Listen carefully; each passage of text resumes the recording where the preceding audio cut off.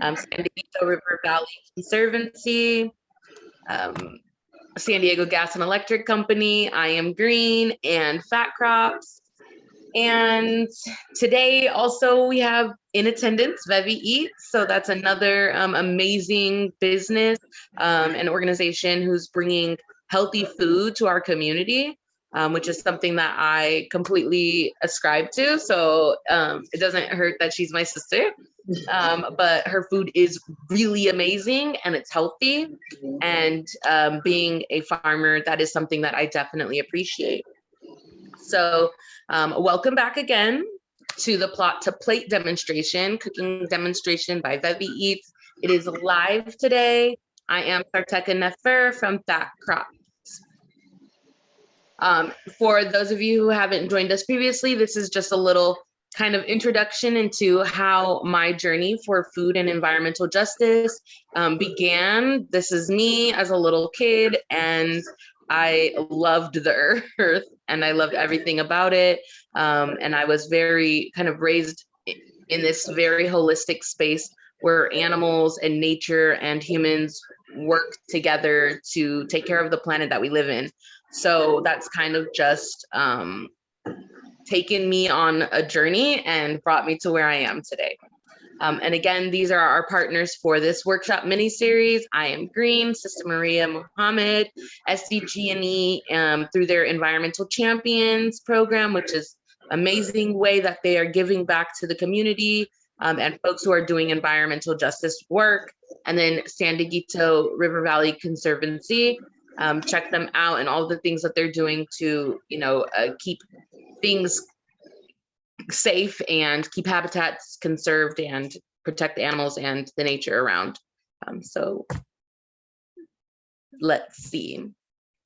Today, I really wanted to just briefly share like some of the goals of PHATCROPS and how we kind of just come together and what we're focused on trying to do. So some of the things that we are really, really like here for is to raise consciousness and engage communities in conversations regarding food and environmental justice.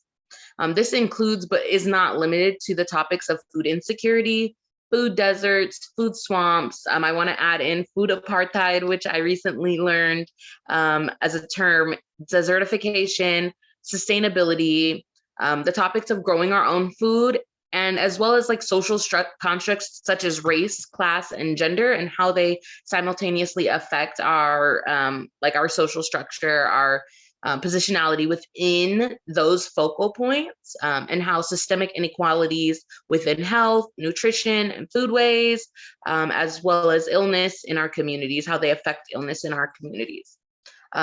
We plan to address these things through educational workshops, training events, and webinars, as well as through home garden consultations and installations within the neighborhoods that are deemed promise zones or communities of concern.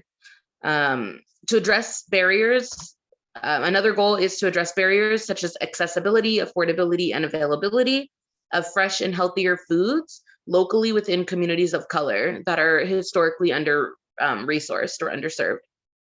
And this will be accomplished through the creation of local food forests and gardens that will produce healthy foods that will be distributed within the same communities via subscription box programs, which will produce produce boxes and give them out to community members on a sliding scale basis. And many will be given away with free, for free. There will be a gift one and get one kind of thing. And so that will pretty much just take care of the barriers of accessibility, affordability, and availability of fresh local produce inside food deserts. And then lastly, just to honor the traditional ways of our ancestors while taking into consideration more contemporary practices that go beyond sustainability and reach for regeneration, so that we can honor and nurture the earth, air, fire, and waters that we require, that we need in order to survive. And this understanding that the earth is kind of depleted. We've been depleting it for like eons now. And so rather than just focusing on how we can be like sustainable or like reduce our footprint, like how can we actually give back to the earth? How can we be more regenerative and like actually build back what what we have taken away as a people from the planet, rather than depleting her.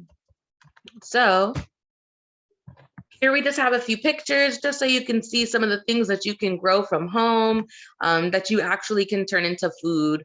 We have some pictures of some great squash and tomatoes, some beans, pole beans, snap peas, potatoes, mint, collard greens, zucchini, kale. And then, of course, it wouldn't be an amazing presentation without seeing a bunch of pictures of me in the garden, because of course I love to be in the garden. It's so therapeutic and it's healing. And in most of the pictures you can see I'm barefoot. It's because I'm very into like earthing in the dirt, in the soil.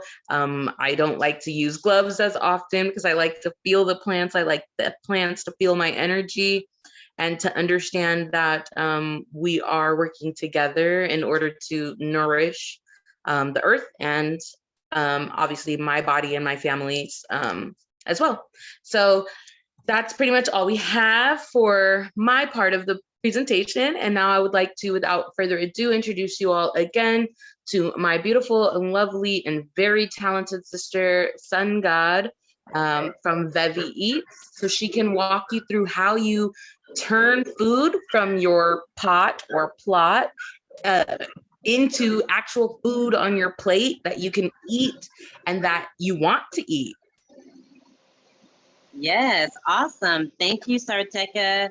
And I just want to say good evening and thank you everyone who is here for this plot to plate demonstration. I am super honored to be partnered with PHATCROPS and other ones in the community who are dedicated to seeing a healthier San Diego and having our community stand out for being able to sustain itself. Okay, so I want to go through a few things that you can grow yourself in order to make your meal not only taste better because you're putting the nutrients into the ground and you're growing the food yourself, but just to be proud that you have grown something and you are sustaining your family through your hard work, sweat, and tears. Okay, so the first thing that we're going to jump into today is sweet potatoes. Everybody loves sweet potatoes, and they're actually pretty fun and easy to grow. Okay, so I'm gonna turn my camera around. So right here, we have some sweet potatoes. With these, you already know from the potato, it grows in the ground. So you wanna take them out, go ahead, rinse them real good. You always want to rinse a potato before you peel it, because especially if we're doing a more organic way and we're not using pesticides, because all types of little critters and things can be crawling on this. It's coming straight out of the dirt. So you want to go ahead and rinse it before you peel it. If not, any bacteria or anything that could be on the potato, once you peel it, you're putting it straight into the inside, which is the part you're going to eat. So make sure you rinse it really good before you peel it.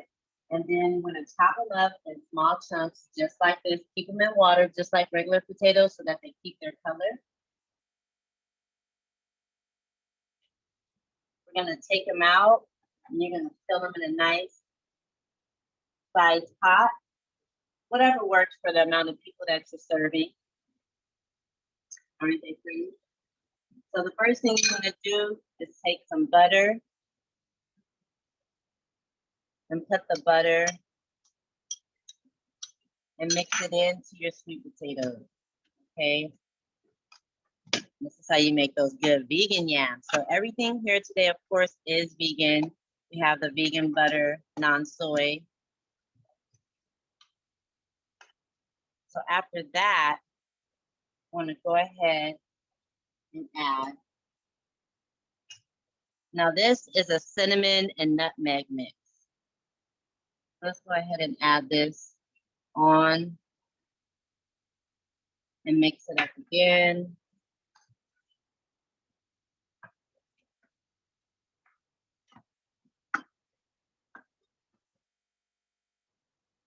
Make sure you get it nice and covered. The smell itself is just so fragrant. It smells delicious.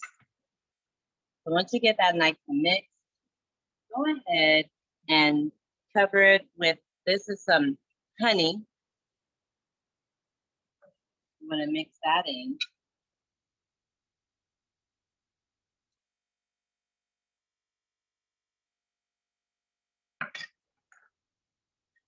You're getting your sweetness the natural way.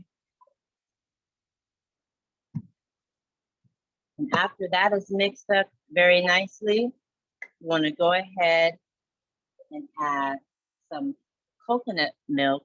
I use mostly the cream part, but I also do use the milk as well.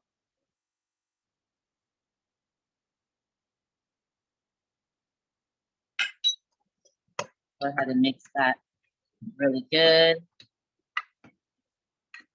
And then what you will do is you will cover this. Go ahead and take a look at that.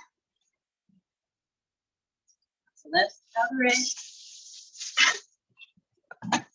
for the first 20 or so minutes. And then you'll pop that in the oven. After 20 minutes, you'll take that out and let it cook for another about 20 or 30 minutes or so until the juices get absorbed. It becomes nice and tender, not too tender. Then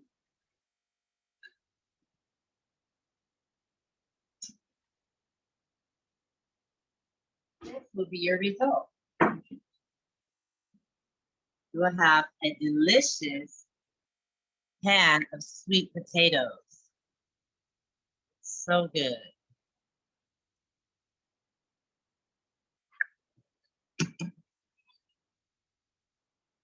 Now, let's go to the second area where we're gonna go over greens.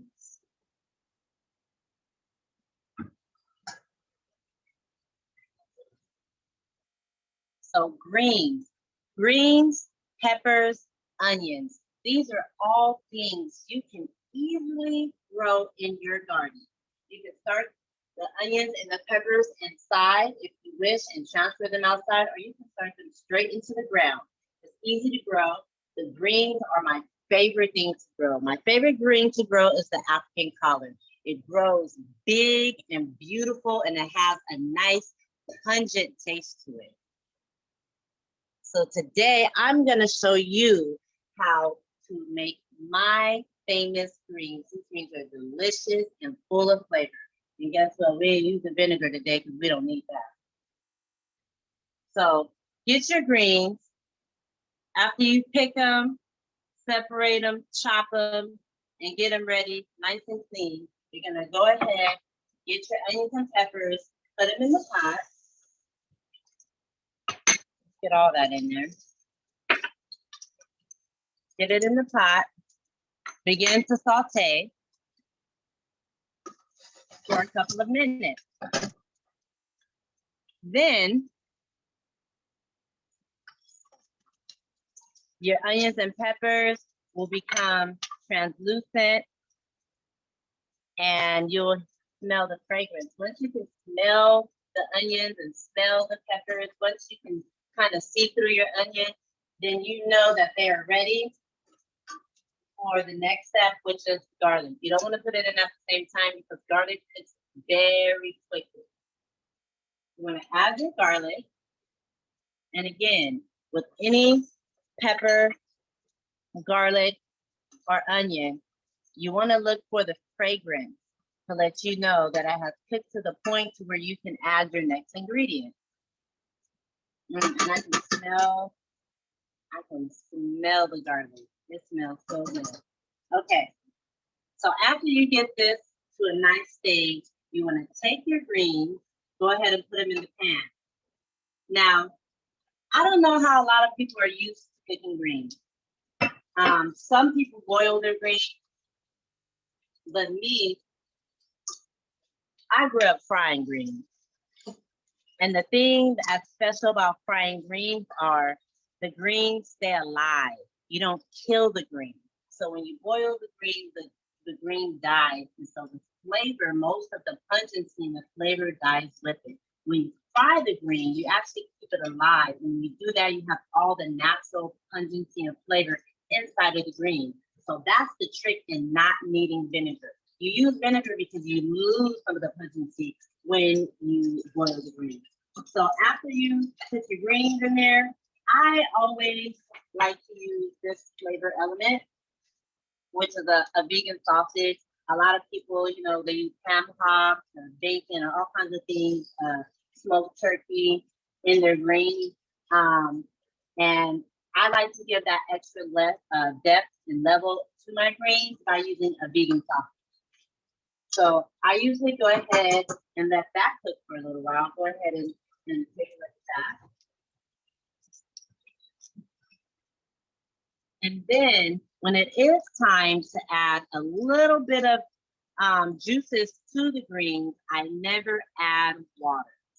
I go ahead and I use my organic vegetable broth, and you add some vegetable broth to the greens. You never add enough to fill your pot or cover the greens. It's only a little bit that you would add to it as you saute it. And then you saute it without a lid so that as they cook down, most of the juice will get absorbed into the greens. All the flavors that are coming out into the pot will get reabsorbed into the greens. If you cover the pot, only do it for a small amount of time. When you cover the pot, it intensifies the amount of liquid inside the pot, and we don't really want that. Okay, so after a good long while, and all these beautiful fragrant smells get into the air, you can pull out this. These greens are delicious. They smell amazing, and they will have your taste buds jumping all over the place, okay? But we're not done because the meal is not done, okay? So the next step that we're gonna do is I'm gonna take you through the way to make these beautiful chicken bites. Okay, so we're making soul food, it kind of seems like, right? We got our greens on, we got some yams, all things we just pulled outside of our garden, right? To make the fresh side of our meal. But now we need the other components. We need a nice meat that's gonna go good on the side of this delicious food. And I got it right here. So I'm gonna go ahead and put this chicken on and begin to fry it, okay? Now, the good thing about vegan meat when you're using it is, unlike regular meat, you don't have to cook it 7, 8, 10 minutes to make sure it's not raw, to make sure you don't get salmonella or anything like that, okay?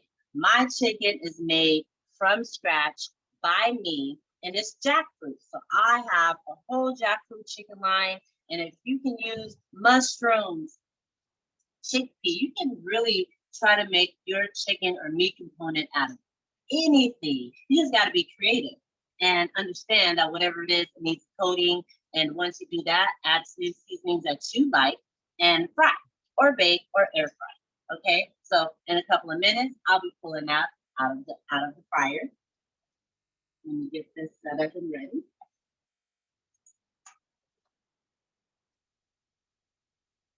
Okay. Chicken is ready, and we're pulling it out. Okay, the chicken is ready. So that's the first batch of chicken. We're gonna go ahead and pop in there. And so now we have one more component of our meal today. Soul food and a soul food meal will not be complete without something creamy and delicious. You have your sweet on one side with the yams, your savory on the other side with the greens, something nice and crunchy with the chicken. But you need something nice and creamy to bring it all together. Come right over here. I got something beautiful for you. Look at this. Macaroni and cheese. Now, yes, this macaroni and cheese is 100% vegan. Now, how did I get into this stage? Let me tell you, because it took a minute. All you need to make a good vegan macaroni and cheese is some vegan milk, some vegan cheese, a couple of spices like garlic, maybe some nutmeg, some nutritional yeast, of course, because that adds another flavor component that you need for the macaroni and cheese, and it gives it that cheesy flavor, okay? Sometimes if you want to get that nice crisp on top, you add a little paprika and olive oil, and then it crisps up real good to make it look like it's real nice and baked. Put some more cheese inside and bake it, and that's going to come out beautiful, just like this. So after, of course, you make a big, beautiful meal, you got to set the table. So come on, help me out.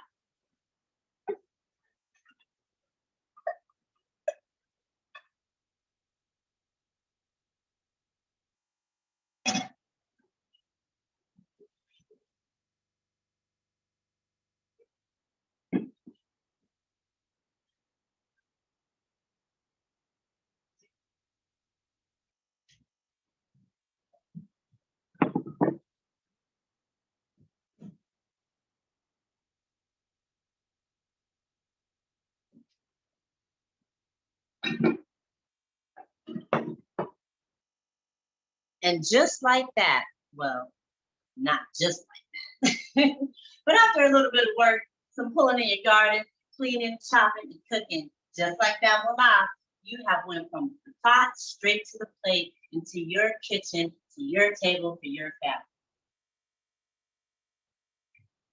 And thank you for allowing me to be here to do this tutorial for you and to show you easy, fun ways to turn your food from your garden plot straight to your plate. Thank you, Sarteka. Thank you so much. Thank you. Would you be able to share your social media, your website, and any other information that you want to share with folks so that they can contact you about any of your dishes or how you order, anything, best ways of contact?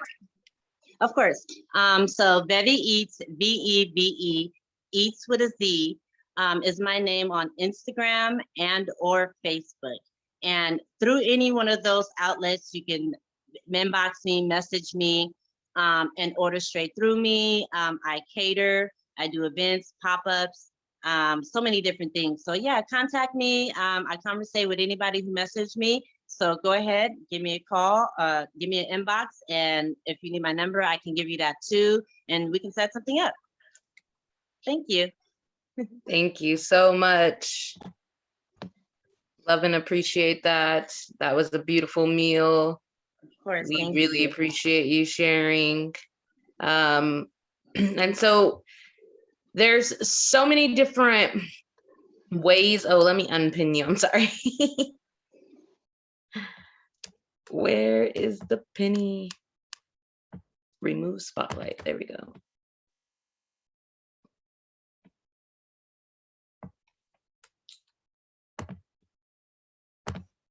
I guess I have to spotlight someone because it won't remove it.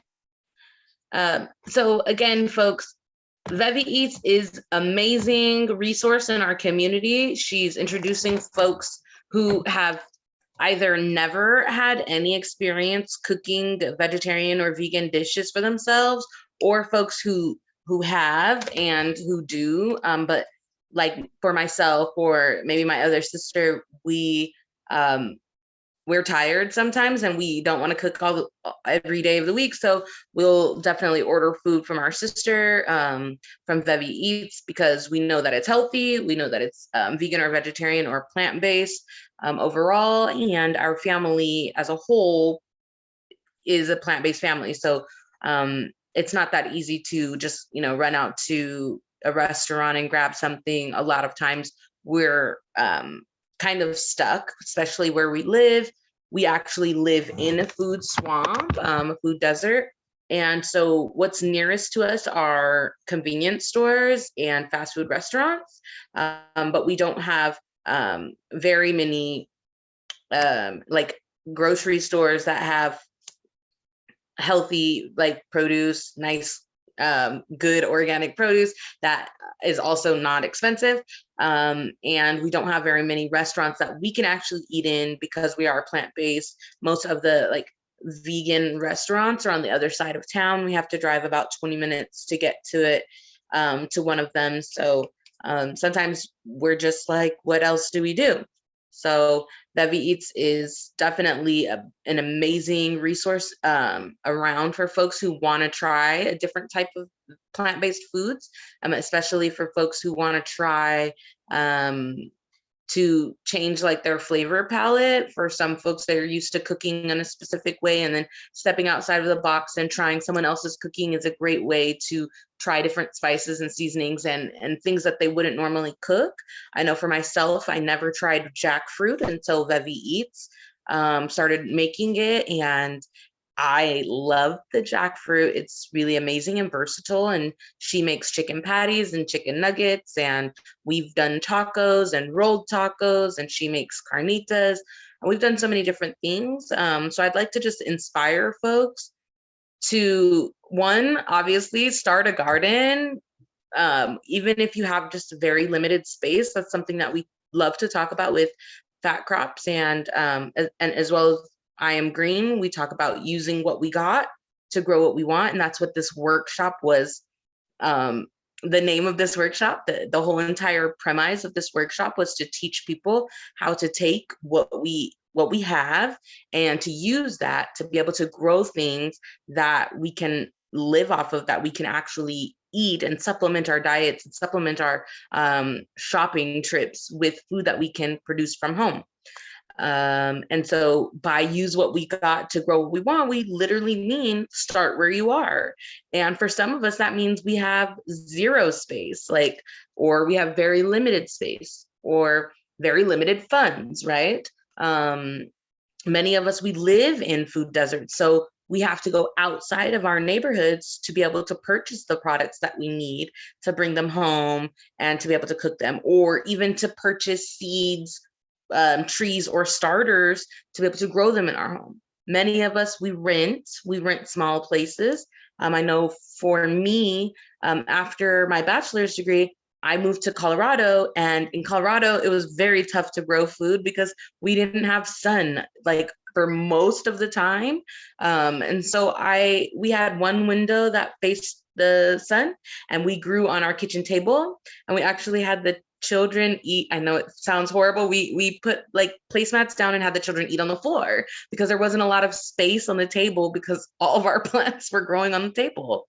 And then when we moved back from Colorado, we lived in a 3-bedroom apartment, but there was no patio, no yard at all. And we had just this little 3x3 space from when you walk up the stairs and before you turn to get to our door, our neighbor's door.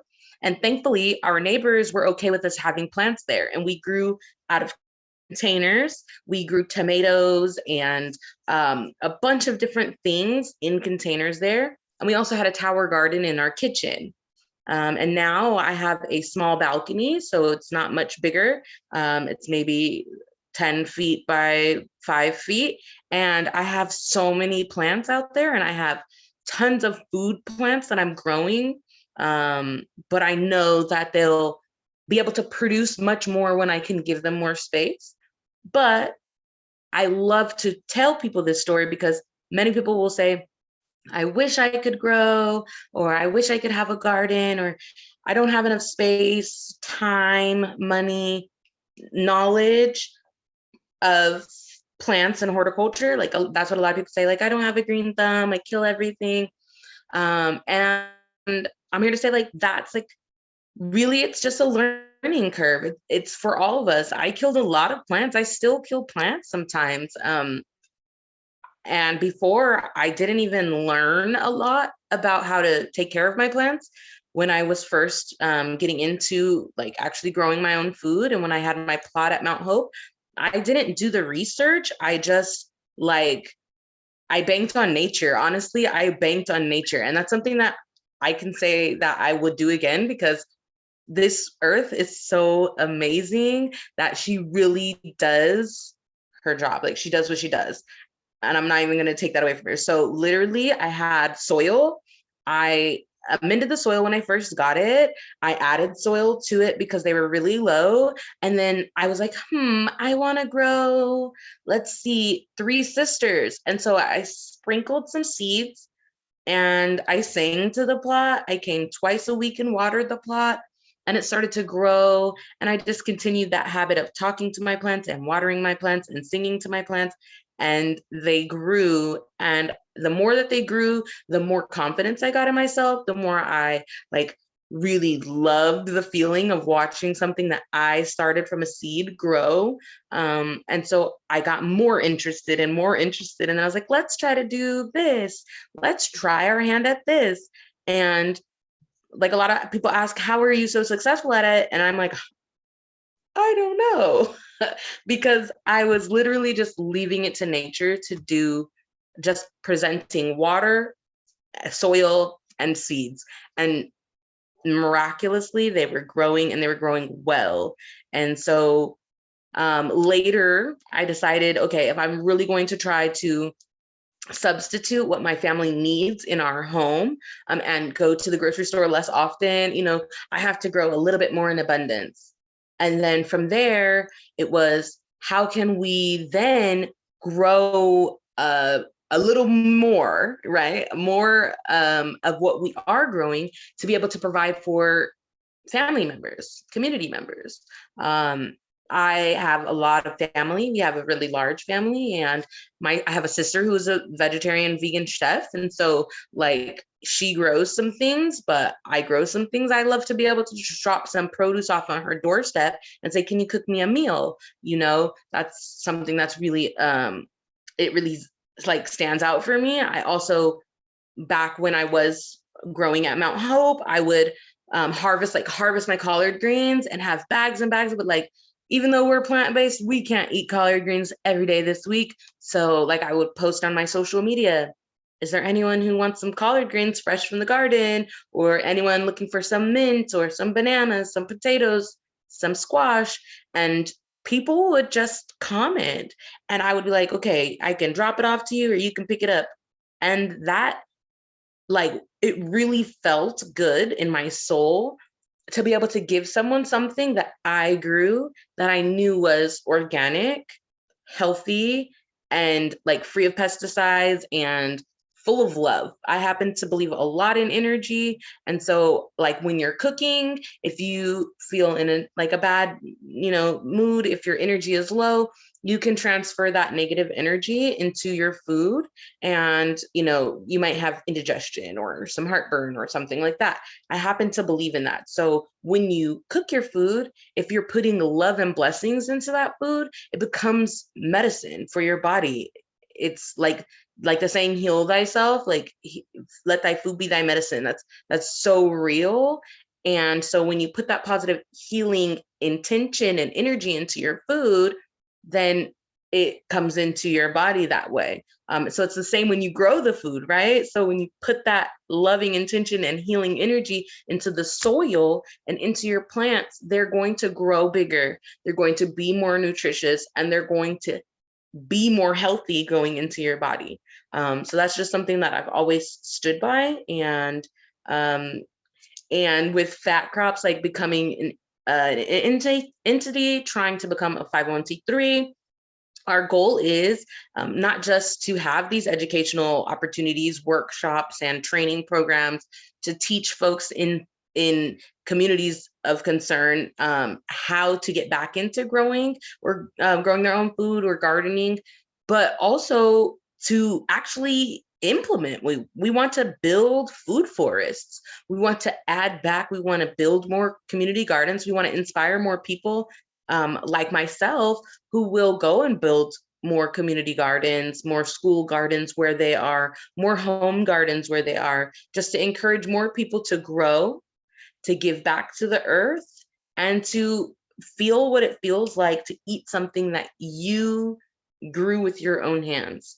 And so those are the things that PHATCROPS aims to do. And hopefully, folks like y'all will continue to support and come out to our workshops and check us out on social media and check out the other events that we'll be having in the community. and come out when we get our first foods forest. And when we break ground, we're going to need volunteers. So hopefully some of y'all will be inspired to come out and get your fingers in the soil, get your hands dirty, and help to grow amazing, healthy food that's going to be used to feed folks in communities where they have foodstuffs. I'm just gonna not say a negative term, but foodstuffs, which are food items that are not necessarily food or nutritious food for us. So hopefully those of you who have joined us have learned some things from the workshops, and hopefully y'all will join us in the future. We have still a few minutes. If anyone has questions for myself about PHATCROPS or for VeVe Eatz, I believe she's still on the line. She can answer any questions about VeVe Eatz. If you have any questions for San Dieguito River Valley Conservancy regarding workshop or other workshops like this, we have Joseph on the line. I'm sure he wouldn't mind taking any questions.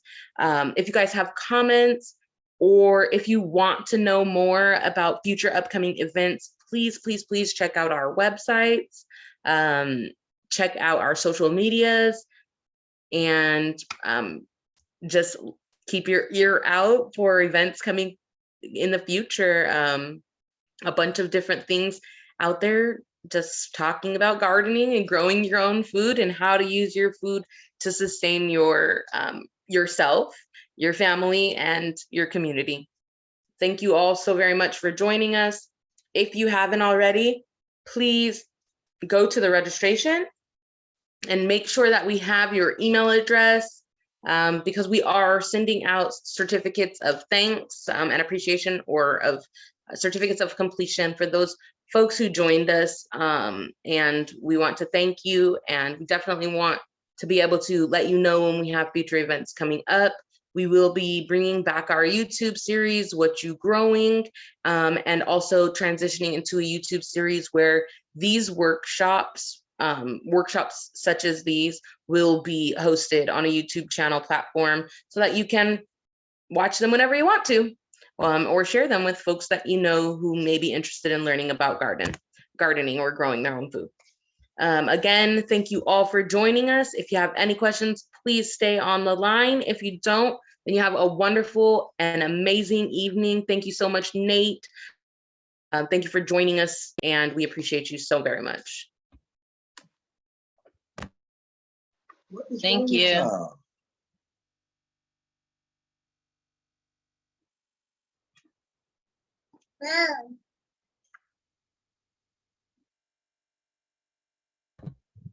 Is that my niece? Is she going to talk about VeVe Eatz next? She says bye. Oh, did she say come get the food? Yes, she did. Awesome. Love you. I love y'all. Call when I'm coming. Okay. Yes. So in terms of just the jackfruit, when you cut the jackfruit, you can, it actually, if you take a fork, it peels into like strips. They sort of look like pulled pork or pulled beef. And then from there, she does some magic and put some spices and some other magical ingredients to make the consistency that kind of holds the jackfruit together. And from there, it makes that consistency. And she adds a fry magic sauce that turns basically the batter, her special batter, makes it crispy on the outside. And it's really amazing. It's super good. I know with the jackfruit, you can use it, the way that it is, the texture of it, you can use it to mold it into balls that like formed little balls that she uses to make her chicken. But she also makes some really amazing carnitas that have the jackfruit like sort of like shredded beef. And I've made some other kind of tacos with jackfruits. If you don't buy the whole jackfruit, or if you don't grow your own jackfruit and you want to just try it, they have jackfruit like in packages now. They sell them in smaller packages, and it looks They kind of look like, well, I want to say they kind of look like artichokes, but it's kind of a little different. Some of them kind of look like the eyes of a beef, like, but so you just take a fork and kind of shred it into pieces, and it looks like meat in such a weird and strange way, but it's really amazing.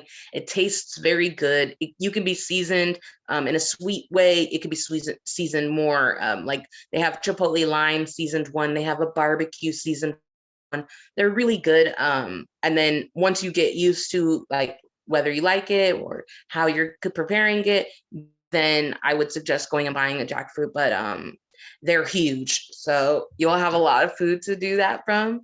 Some of the other like chicken alternatives are oyster mushrooms. They're very thick and their texture is very reminiscent of some chicken, like chicken strips or chicken breasts. That's been my go-to recently. I take the oyster mushrooms and I just kind of peel each of the, I guess it would be a petal, but it's like a trumpet-ish. You pull each of them off, and then you do a batter, whatever your favorite batter is. I like to do a wet batter and a dry batter. A lot lately, I've been doing like a Creole seasoning to it. Really, really good, and it tastes just like chicken. I tricked my son and my nephew because they don't like mushrooms, but when they were eating, they were like, this chicken is good. And they were like, you got this from TT Sun? And I was like, no, I made it myself.